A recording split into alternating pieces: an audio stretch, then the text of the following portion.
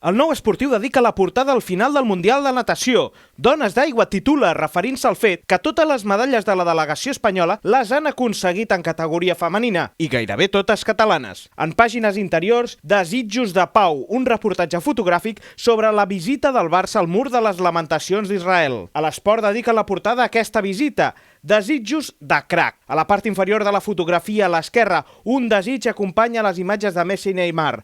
Tito, recupera't aviat. En pàgines interiors, el pla de viatge per Àsia del Barça, on destaquen dos partits, el Tailàndia-Barça de Bangkok i el Malàisia-Barça de Kuala Lumpur. Guzmán, actualment a Newell's, és el porter de Tata Martino, segons la portada de Mundo Deportivo. El diari explica que l'entrenador ja ha encomanat a Zubizarreta que li segueixi la pista. En les pàgines interiors del diari podem llegir com l'expedició culer a Israel va coincidir amb l'actriu Sharon Stone, qui va quedar molt impactada per la repercussió de l'equip blaugrana. A la versió digital del Jerusalem Post, diari israelià, llegim que el president hebreu Shimon Peres saluda Messi i el Barça com a missatgers de la pau.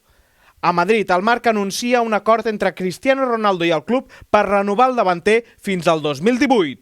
Acabem a Itàlia, on els resultats de pretemporada d'Inter i Juve han encès les alarmes de la Gazzetta dello Sport.